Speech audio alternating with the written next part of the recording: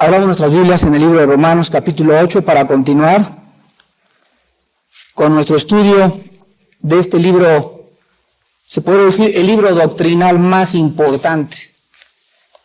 El que no ha estudiado Romanos, si tiene 2 o 3 años en Cristo, es porque no ha estudiado la Biblia.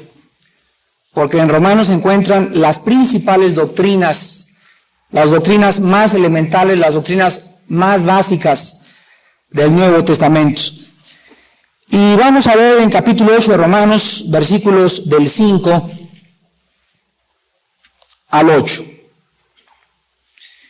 Y dice así, del 5 al 8, Romanos 8 del 5 al 8.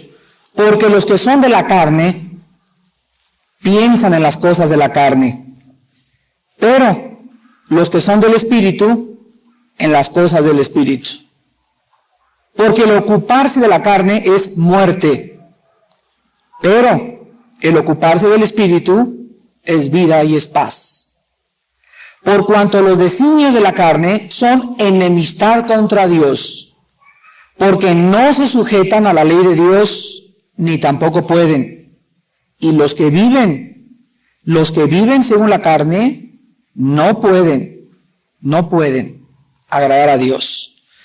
Hemos visto en los pasajes anteriores, y principalmente al comenzar este capítulo, que cuando la Biblia nos habla de vivir en la carne, nos habla de vivir gobernados por esa naturaleza adámica, esa antigua naturaleza, la cual heredamos desde que nosotros nacimos. Dice el Salmo 51, en pecado hemos sido concebidos. Muchas religiones tratan de quitar este pecado original a través de ritos, a través de comunión, etcétera, etcétera. Nosotros sabemos que solamente es quitado por medio de la obra perfecta, por medio de la obra vicaria y sustitucional del Hijo de Dios en la cruz del Calvario. Cuando nosotros recibimos a Jesucristo, entonces nosotros recibimos una nueva naturaleza, la naturaleza espiritual. Y de ahí en adelante, la naturaleza espiritual está en guerra continua ¿contra quién? Contra la antigua carne, contra la antigua naturaleza, contra nuestra antigua personalidad. Y existe un conflicto continuo. Pero vemos que ahora el cristiano ya tiene al Espíritu Santo para que el Espíritu Santo lo esté ayudando todos los días a pelear contra ese enemigo que se levanta en la mañana, ya desde que abre los ojos, con una hacha, con un cuchillo, y está dispuesto a traicionarnos, a apuñalarnos y a arrastrarnos a que continuemos viviendo nuestra antigua manera de vivir. Dice en este pasaje, principalmente en el versículo 5, que los que son de la carne, dice en primer lugar, piensan en las cosas de la carne. Y quiero decirles a ustedes, para comenzar en esta mañana el estudio, que cuando se menciona aquí en el versículo 5, los que son de la carne, se refiere a los no regenerados. No está hablando de los cristianos carnales. Aun cuando el cristiano carnal, si deja o abandona el espíritu, comienza a ser dominado por la carne. Pero aquí particularmente se refiere a los que son o a los que ya nacieron y a los que viven en este estado, en el estado de su antigua naturaleza.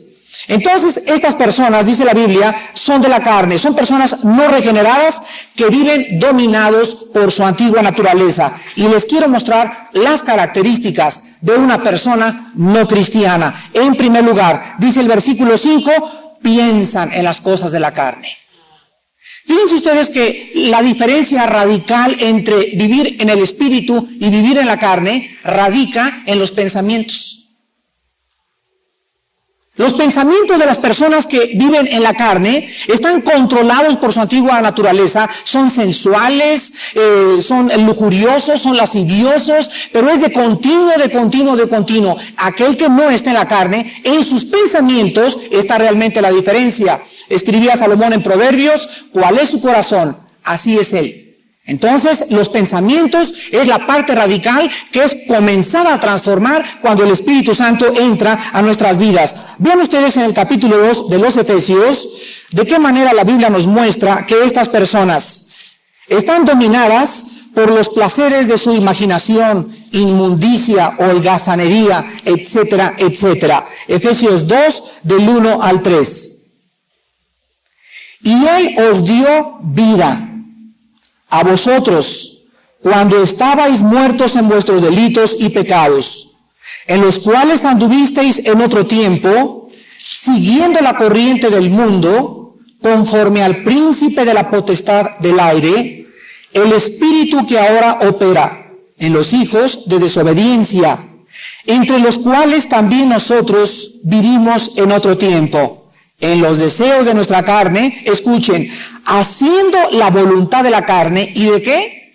Y de los pensamientos, y éramos por naturaleza hijos de ira, lo mismo que los demás. Pregunta, ¿que el cristiano no tiene malos pensamientos?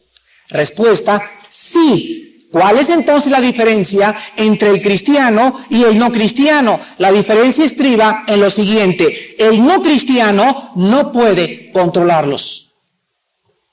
Es cautivo de sus pensamientos. Viene una muchacha y a uno que no es cristiano, se le mete esa muchacha y sabe que esa muchacha está casada o sabe que es una muchacha mala, pero se le ha metido en su mente. Y no la puede sacar y se convierte en en el lenguaje psicológico, en una obsesión. Obsesión mortal, se llama una telenovela. Las obsesiones son pensamientos incontrolables. Hay otras personas que de repente desean a una muchacha y se les mete la muchacha en el corazón y dice el hombre, la tengo que tener, y llegan hasta el crimen para poder violarla y poseerla. Se convirtió en una obsesión. La Biblia es clara entonces, diciéndonos que las personas sin Cristo no pueden gobernar sus mentes. Son víctimas constantemente de obsesiones sensuales, se les mete el cigarro y nadie se los quita, se les mete comenzar a tomar y nadie se los quita, se les mete la idea de hacer dinero y nadie les quita esa idea. Son obsesionados, son controlados y dominados por los pensamientos. ¿Cuál es la diferencia del cristiano? Bueno, el cristiano cuando es atacado en su mente, entonces el cristiano recuerda que tiene un arma, al Espíritu de Dios, viviendo dentro de él. Y el cristiano dice, en el nombre de Cristo, reprendo este pensamiento y no lo quiero tener, y quítame, señora Juanita, de mi mente, y quítame la idea de hacer dinero, y te pido que guardes mis pensamientos y mi corazón en tu paz. Y la paz de Dios que sobrepasa todo entendimiento, dice la Biblia, guardará vuestros pensamientos. Esta palabra es preciosa porque en el griego significa nos protegerá, nos rodeará en la paz que es en Cristo Jesús. Ahora el cristiano también tiene la alternativa de seguir pensando en eso y de también poder tener obsesiones, pero ya depende de él. Porque el arma para poder llevar cautivo todo pensamiento a la obediencia a Cristo radica en nuestra voluntad. Ahora, si este cristiano no toma ni siquiera un discipulado, ni estudios entre la semana, no es posible que pueda tener gobierno sobre sus pensamientos. Vean también el capítulo 4 de Efesios. Y continuamos analizando la vida de los pensamientos de esta gente dominada por ellos. Efesios 4, versículos 17 en adelante. Esto pues digo y requiero en el Señor, que ya no andéis como los otros gentiles que andan, ¿en qué? En la vanidad de su mente. Ahí está otra característica. Teniendo el entendimiento entenebrecido, ajenos de la vida de Dios, por la ignorancia que en ellos hay, por la dureza de su corazón, los cuales, después que perdieron toda sensibilidad, se entregaron a la lascivia para cometer con avidez toda clase de impureza, mas vosotros no habéis aprendido así a Cristo. Entonces el Señor Jesucristo, aparte de morir en la cruz y lavarnos y expiar la culpa y nuestro pecado, ha venido para dejarnos ejemplo. Y también dice Filipenses 4:8, todo lo que es justo, todo lo que es honesto, todo lo que hay virtud, todo lo que tiene buen nombre, en esto pensad. El cristiano tiene que aprender a renovar su mente, a cambiar su manera de pensar y no andar en las sutilezas, en la vanidad de la mente de las otras personas. Cuando tú vas a VIPS y escuchas a dos mujeres platicar por detrás, tú sabes si son de la carne o si son del espíritu. ¿No es verdad? Si son de la carne, van a hablar durante media hora de la revista Cosmopolitan, de sus uñas, de su cirugía plástica, de su viaje al chalet suizo, del viaje de Europa, bla, bla, bla. Huequezas, sutilezas, vanidad de vanidades. Hablan de puras tonterías. Nunca escuchas que hablan y compartan la palabra o que alguien saque la Biblia y diga, fíjate que en la mañana en mi devocional descubrí esto, lo quiero compartir contigo. La clase de conversación que tenemos determina la clase de mente que tenemos. Ahora nosotros encontramos también, regresamos a Romanos, capítulo 8, que estas personas, dice la Biblia, que son de la carne, piensan las cosas de la carne, y viene el contraste en el versículo 5, pero los que son del Espíritu, en las cosas del Espíritu. O sea, las personas del Espíritu son los cristianos que leen la Biblia, oran, cantan alabanzas, testifican, tienen comunión con los hermanos, se sienten a gusto yendo con los jóvenes. Hay jóvenes que me dicen, Armando, no me siento a gusto yendo al sábado con los jóvenes. ¿Sabes por qué? Porque son de la carne. Y piensan en la carne y quieren ocuparse en las cosas de la carne. Por eso no encuentran gozo ni satisfacción en las cosas del Espíritu. Entonces, la diferencia estriba en esto, en que estos jóvenes necesitan volver a nacer. Cuando Cristo viene a tu vida, vas a sentir ganas de estar con tus hermanos el sábado, el domingo, ir a Teotihuacán, llevar tu cámara, cantar en el camión, echar alabanzas, echar relajo, aventarse helados, corretearse por las pirámides, etcétera, etcétera, divertirse sanamente, pero tú tienes algo en común con todos los demás. El Espíritu a todos los hace tener comunión unos con otros. Unos van a regresar peleados, otros ofendieron, otros metió el pie, otro dijo un chisme del otro, pero a la otra semana se van a volver a perdonar. Ahí está la diferencia entre los que son del Espíritu y los que son de la carne. Ahora bien, vamos a ver nosotros en el Salmo capítulo 10, que no solamente las personas no regeneradas piensan en la carne, sino que también, leímos en el capítulo 8 de Romanos, se ocupan, o sea, viven, su vida está basada en la carne. Salmo 10, versículos del 3 al 11. Vamos a ver que todas estas personas que se ocupan de la carne, sus gustos están relacionados con su ego, su orgullo, su vanidad, sus intereses personales, su afán por hacer dinero. Salmo 10, del 3 al 11. Porque el malo se jacta del deseo de su alma. Bendice al codicioso y desprecia a Jehová.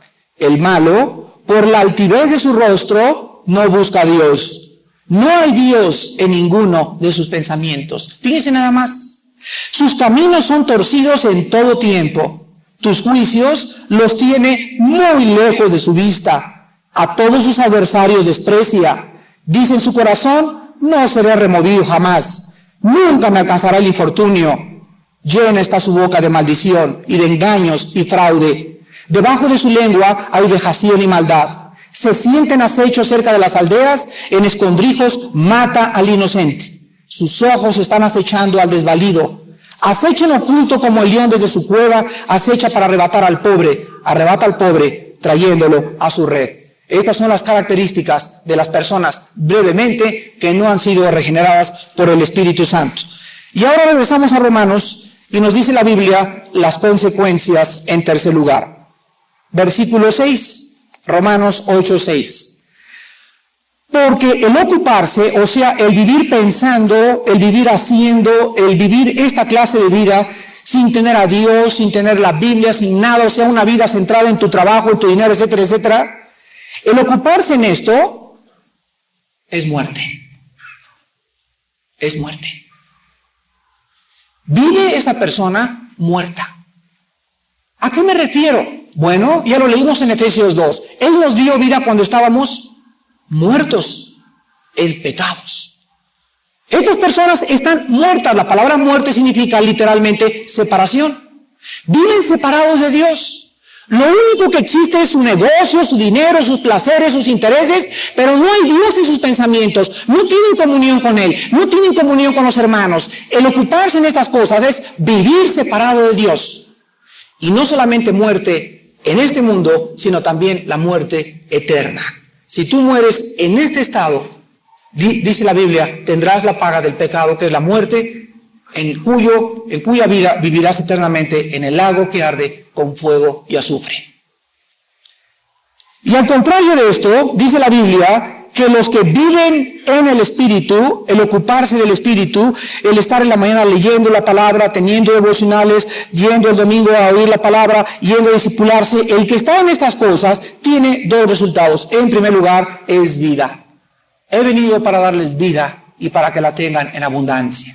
Y una de las cosas más maravillosas para disfrutar esta vida es que necesitamos, para disfrutar la vida, la bendición de Dios. Tú puedes tener dinero, pero si no tienes la bendición de Dios, no puedes disfrutar lo que tú tienes. Y tú puedes ser pobre, pero si tienes la bendición de Dios, gozas más la vida que un rico. Entonces no es el dinero, no es el placer, no es la abundancia de los bienes lo que realmente viene a diferenciar entre ser feliz y no ser feliz. Es vivir en el Espíritu. Pablo lo decía con estas palabras, porque estoy enseñado a vivir humildemente y a tener en abundancia. Todo lo puedo en Cristo que me fortalece. Vamos a continuación a ver el versículo que sigue en Romanos 8, y dice el versículo 7, por cuanto los designios de la carne. Aquí la palabra designios en el original griego es mente carnal, psukikos nous, psukikos carnal, nous mente. Por cuanto la mente carnal o la mente dominada por la carne es enemistad contra Dios, porque no se sujeta a la ley de Dios, ni tampoco puede. Y los que viven según la carne no pueden agradar a Dios. Dice la Biblia que todo aquello que tenga su origen en la carne no puede agradar a Dios. Entonces tú en esta mañana me puedes decir, bueno, fíjese que ayer peregriné y me fui desde la villa hasta Cancún de rodillas. Y escuchen esto, la motivación de esa persona, no tengo la menor duda que es sincera. Y él, como dice, ya vimos en Efesios 4:17, que por la ignorancia que en ellos hay, por desconocer la vida que agrada a Dios, pues tratan de buscar y agradar a Dios a través de ¿qué? A través de sacrificios y a través de ritos. Entonces hay otros que me dicen, bueno, anoche le corté el chongo a mi hija, que tenía ya 15 años que no se cortaba el pelo, lo amarramos y lo colgamos y lo ofrecimos como una manda. Estas personas posiblemente, y no lo dudo, sean sinceras, pero son equivocadas y no están agradando a Dios. Dice la Biblia en Proverbios que el sacrificio de los impíos es abominación a Jehová. Entonces no hay nada que podamos hacer, ni ritos, ni dar tu dinero a un convento, ni dar tu dinero a un monasterio, ni y darles de comer a los padrecitos, a los monjitos en tu casa todos los días. No hay nada que podamos hacer en la carne que pueda agradar a Dios. Porque todo aquello que brota de la carne, las mejores buenas obras, brotan de un corazón egoísta. Dice en Isaías 64 que nuestras justicias son como trapos inmundos delante de Dios. Lo mejor que tú tengas para ofrecerle a Dios es como una jerga con la cual acabas de trapear un castillo entero y está llena de moho, de polvo, de cochinada, y así es como un trapo inmundo lo mejor que la carne le pueda ofrecer a Dios. Entonces Dios tuvo que crucificar la carne. Tuvo que matar a la carne y la tuvo que condenar. ¿En dónde? En la carne de Jesucristo.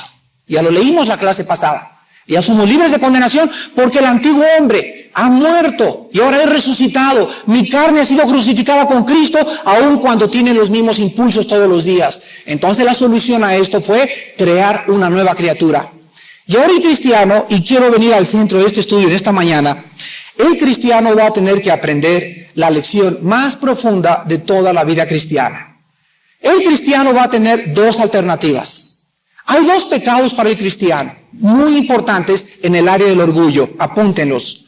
El primer pecado se llama rebelión y significa no hacer lo que Dios te ha mandado hacer. Rebelión. No hacer lo que sabes que tienes que hacer. Pero el otro pecado del cristiano se llama presunción. Y esto significa hacer lo que Dios no te ha mandado hacer. Y vamos a ver 3 ejemplos en el Antiguo Testamento de este pecado. Porque el cristiano tiene esa tendencia de estar tratando, cuando no es espiritual, de agradar a Dios en la carne. Y vamos a ver de qué manera Dios en el Antiguo Testamento ha condenado y ha enjuiciado cualquier cristiano que trate de hacer algo o de agradar a Dios de una forma que Dios no se lo ha mandado.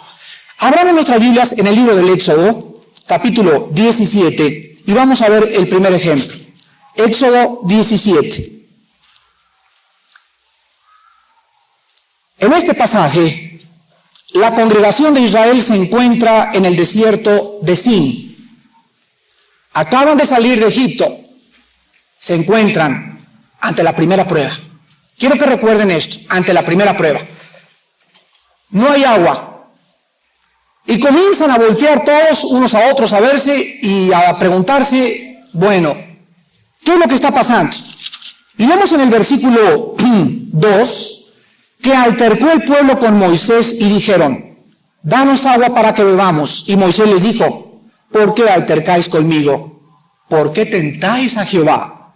Así que el pueblo allí tuvo sed y murmuró contra Moisés y dijo, ¿por qué nos hiciste subir de Egipto para matarnos a nosotros, a nuestros hijos y a nuestros ganados?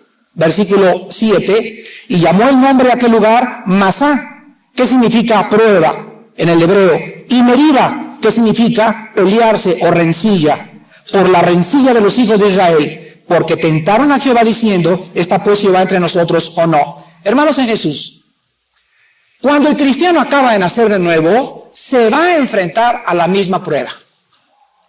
Y aquí en este pasaje tan particular, ¿saben ustedes cuál es el primer enemigo que surge en contra de Israel?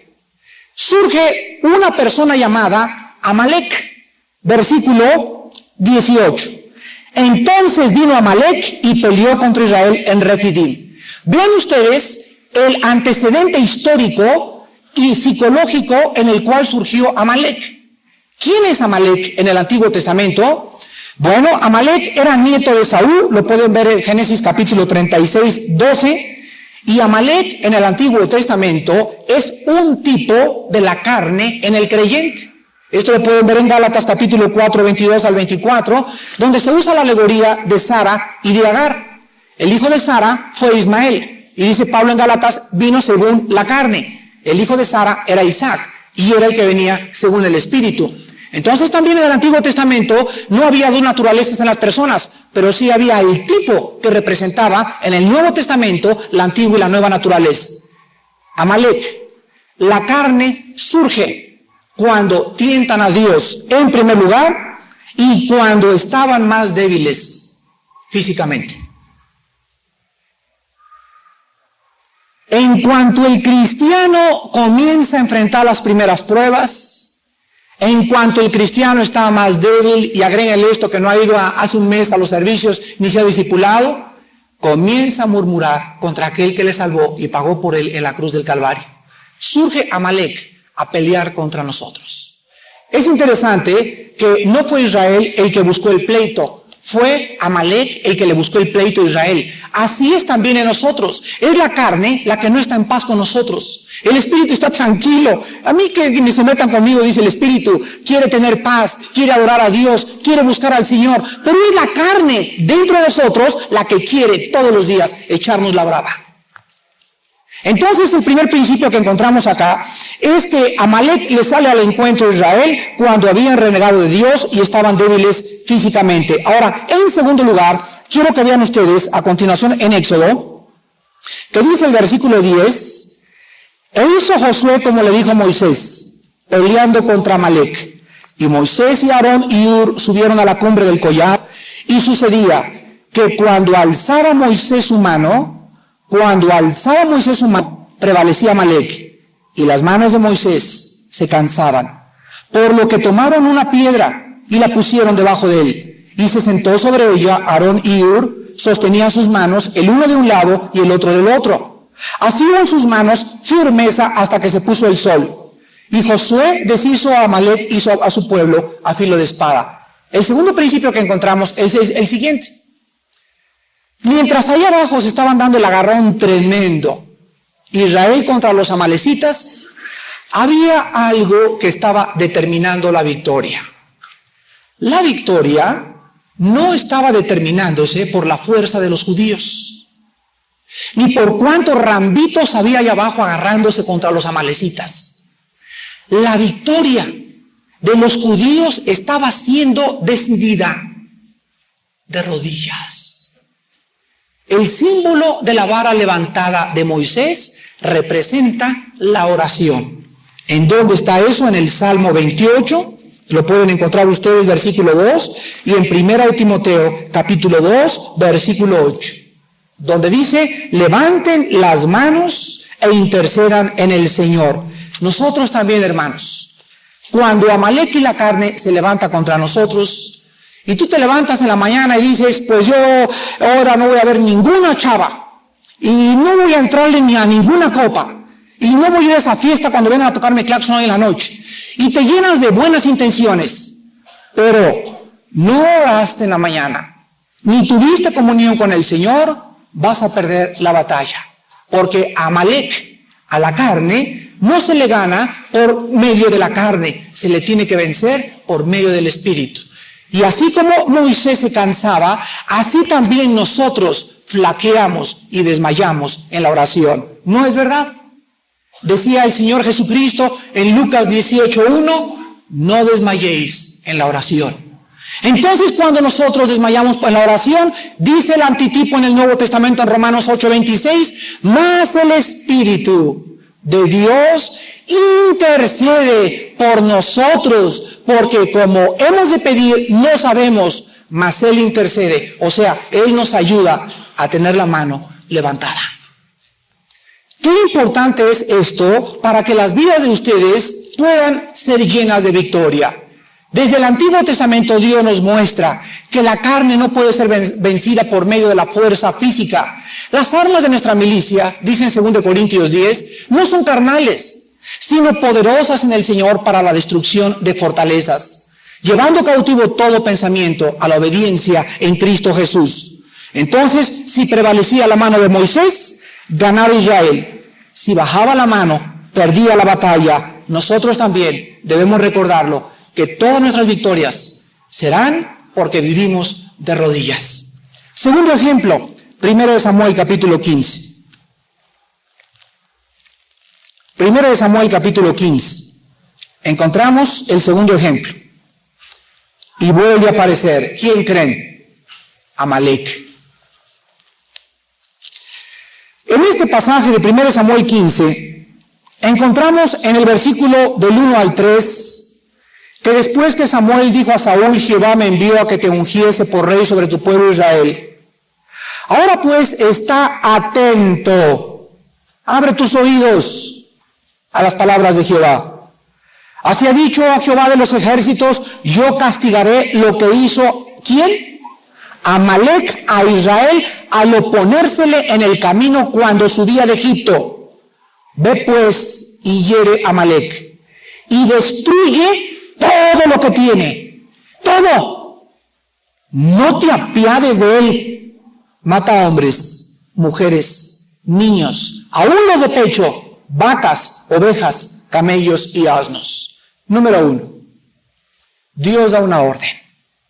Aquí está Saúl, que es el representante de Dios, que representa a los cristianos carnales. No tengas compasión de tu carne. No te compadezcas de ella. Trata de matarla. Dicen en Colosenses 3, matad las obras de la carne. Entonces las órdenes eran bien claras y pasa un problema en el versículo del 7 al 9. Y Saúl derrotó a los amalecitas desde Ávila hasta llegar a Sur, que está al oriente de Egipto, y tomó vivo a Agag, rey de Amalek, pues a todo el pueblo mató a filo de espada.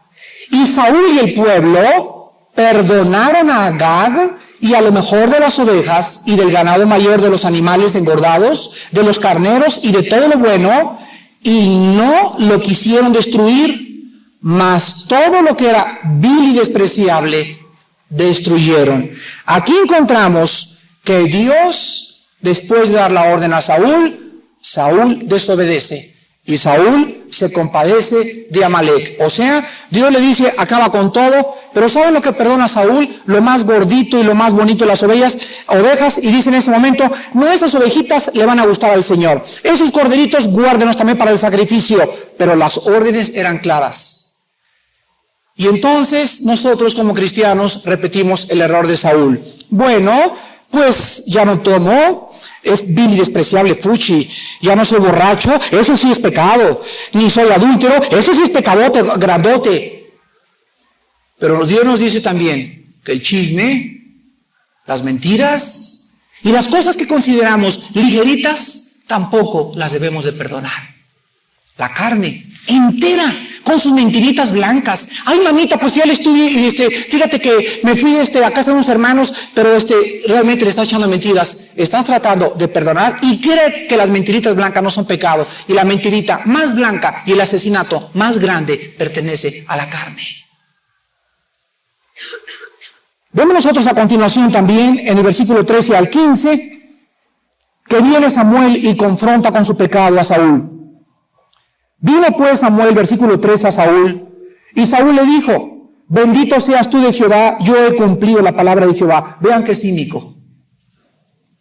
Fíjense nada más. He cumplido la palabra de Jehová. Escuchen la lección al final. Versículo 14. Samuel entonces dijo: pues qué valido de ovejas y bramido de vacas en que yo oigo con mis oídos.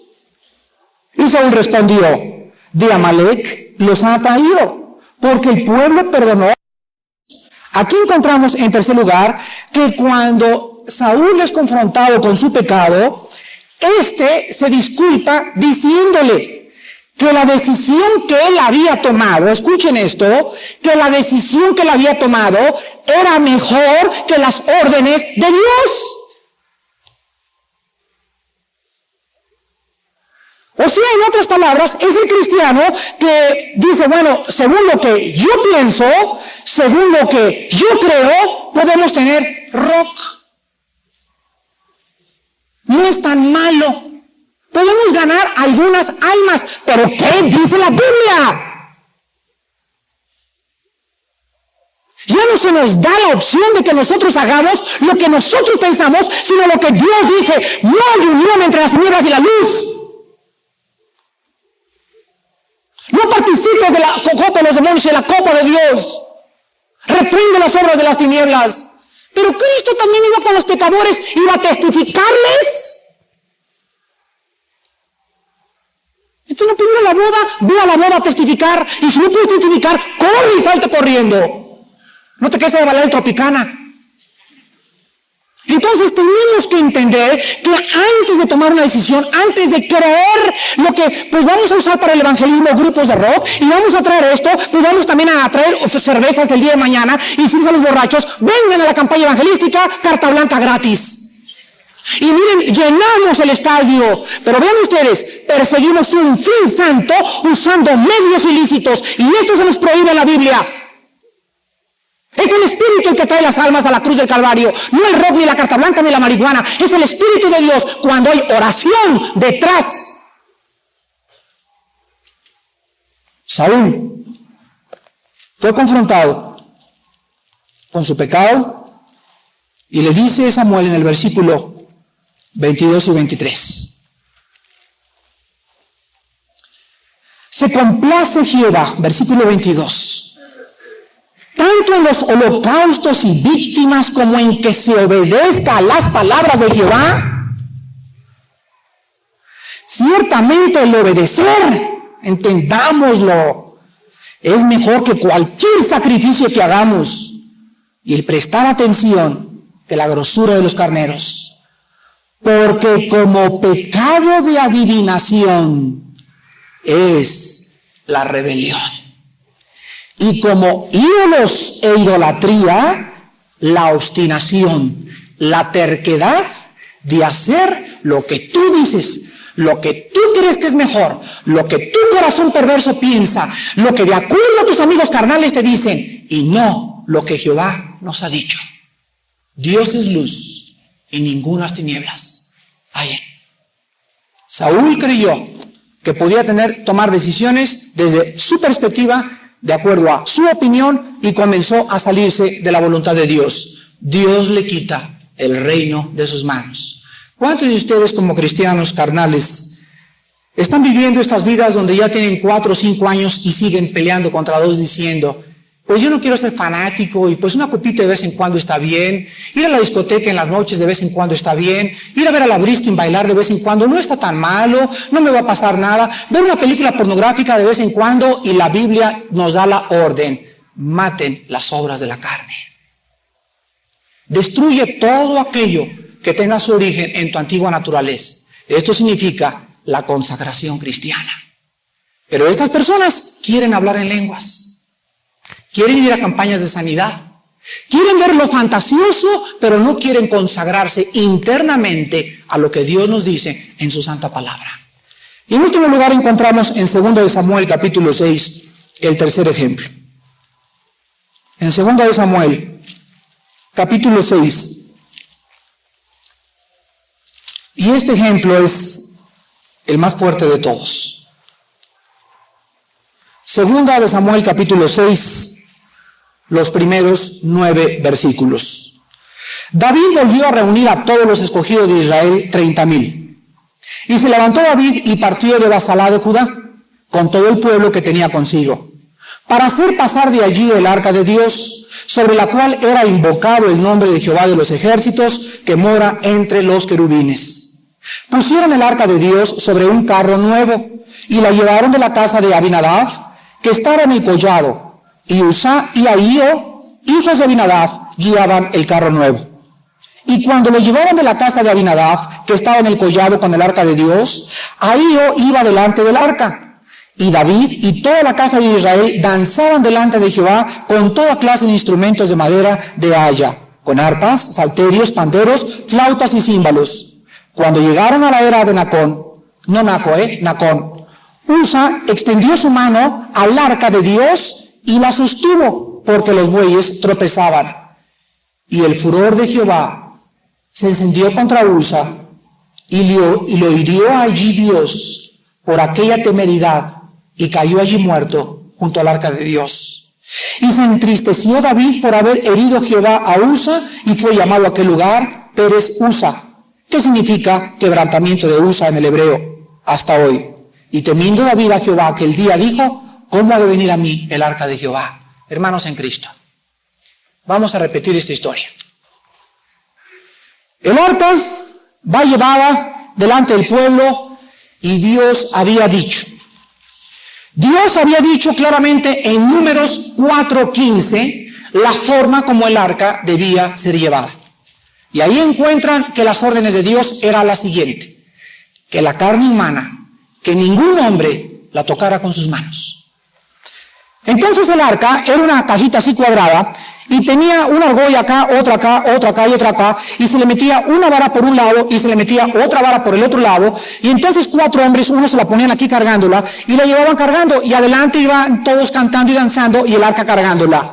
Y en eso el arca, los bueyes comienzan a como que arranca y no arranca, y ve Usa, uno de los sirvientes, que el arca comienza a caerse. Y corre Usa, y al momento de tratar de detener el arca, cae muerto. Pregunta: qué injusto Dios, ¿verdad? ¿No era sincero Usa? ¿No quería Usa hacerle un favor a Dios? La respuesta es sí. Pero esto nos ejemplifica notablemente la tendencia de hacer la obra de Dios con la carne, según lo que nosotros pensamos que está bien. ¿Qué no quería entonces Usa hacer un favor a Dios? La respuesta es sí. ¿Qué no era buena la intención de Usa? Sí. David se entristeció. Oye, Señor, pues si te está tratando de ayudar y tú lo matas. Escucha lo siguiente. Pero él estaba sinceramente equivocado. ¿Cuántas personas hay en nuestras iglesias cristianas que a lo mejor sí son buenas sus intenciones, no en lo que están haciendo, sino en que desconocen la palabra de Dios y comienzan a hacer cosas sinceras, pero eso que están haciendo no está agradando a Dios? Y encontramos aquí la lección actual, que las cosas que Dios nos ha mandado a hacer tienen que ser exactamente conforme al modelo que se nos ha dicho. Y ahora las iglesias gastan más en construcciones que en mandar dinero a los hermanos misioneros. ¿Dónde dice la Biblia? ¿En qué parte de la Biblia dice? A ver, sáquenlos de a 20 y háganles así, y a los azulitos y háganlos así, y necesitamos ahorita 100,000 pesos, a ver, 5 hermanos que den 50,000 cada uno, cuando nos dice la Biblia, cada quien dé como propuso en su corazón. Cuando se intimida a la gente, cuando se manipula a la gente, cuando se le amenaza a la gente, estamos haciéndolo en la carne. Dios no necesita limosneros, la obra es de Él, y Él está más interesado en nosotros, en que tengamos una construcción que nosotros, siempre y cuando demos prioridad a la obra misionera. Pero los cristianos están llenos en las iglesias, haciendo las obras de la carne, cosas que creen ellos que quieren agradar a Dios, y a Dios que le va a interesar que tengas focos persas y lámparas de China, y tapetes de Chimachipiuchuncocuaco, como se llame. A lo que le interesa a Dios es, vayan y prediquen el Evangelio, usen el dinero para los misioneros, sostengan obreros, compren Biblias, regalen la palabra, esa es la orden, y ya lo demás nos será dado por añadidura. El cristiano del siglo XX se le puede comparar a Usa. Quieren ayudar a Dios, quieren hacerle un favor a Dios, pero delante de Dios, todo en el día del tribunal de Cristo fue heno, paja y hojarasca, todas las obras que ellos hicieron. Porque todo aquello que venga de la carne es heno, madera y hojarasca. Solamente aquello que procedió del Espíritu. Y lo que procede del Espíritu es lo que procede de este libro. Tendrá su recompensa en el tribunal de Cristo. Dice el Salmo 127, si Jehová no edificare, en vano estamos nosotros trabajando. ¿No creen ustedes que Dios está más interesado en la obra que nosotros? ¿Por qué entonces en Estados Unidos prende la televisión y lo único que escuchas es: no se les olvide mandar su ofrenda? No se les olvide mandar uno de a 20, de 50. Y si ustedes mandan, les mandamos un libro en reciprocidad. Y comienzan a negociar y a convertir en mercancía el Evangelio. Y de repente digo, hermanos, necesitamos juntar $50,000 para un programa de televisión. Oiga, hermanito, si Dios quiere que tenga ese programa, Dios ya levantó a una persona para que lo dé. Pero usted no se convierta en limosnero. Se prohíbe a los siervos de Dios pedir dinero, y más ante los incrédulos. Ahí están los incrédulos, pero en la televisión, ahí está, no, que el Evangelio, su motivo, lo que quieren es la feria, hombre. ¿Qué Evangelio ni qué nada? Vean el puro negocio, y nos quemamos ante los ojos del mundo, porque dice la Biblia, vendrán falsos profetas que harán mercancía con vosotros. Y nosotros tenemos que contender ardientemente por nunca hacer la obra de Dios en la carne. Oremos.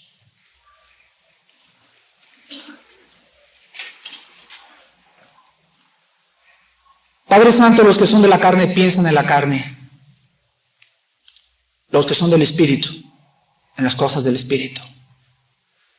Nunca tratemos de manipularte, ni de echarte manita de puerco, ni de forzarte a hacer lo que nosotros querramos.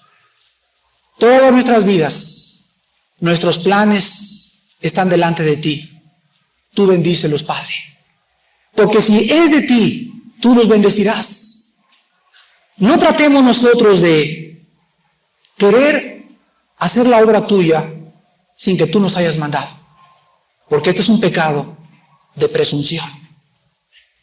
Ante los hombres podemos quedar bien, pero nuestra conciencia en el día del tribunal de Cristo nos avergonzará y nos daremos cuenta que no venía de un corazón lleno de tu Espíritu, sino de un corazón engañado por creer que de esa manera se podría hacer la obra. Padre, que cuando nuestros jóvenes hagan y se reúnan e inviten a otros cristianos no creyentes, les demos ejemplo. Ejemplo de qué es una reunión cristiana. Que descubran los jóvenes no cristianos que hay alabanzas más bonitas que las canciones de Ozzy Osbourne y las canciones de rock pesado. Que los jóvenes descubran que hay paz en esa alabanza, que algo los ha cambiado, que somos diferentes. Así alumbre vuestra luz delante de los hombres, para que glorifiquen vuestras obras. Y no confundamos y creamos que con el objeto de atraer más personas debemos usar a la carne.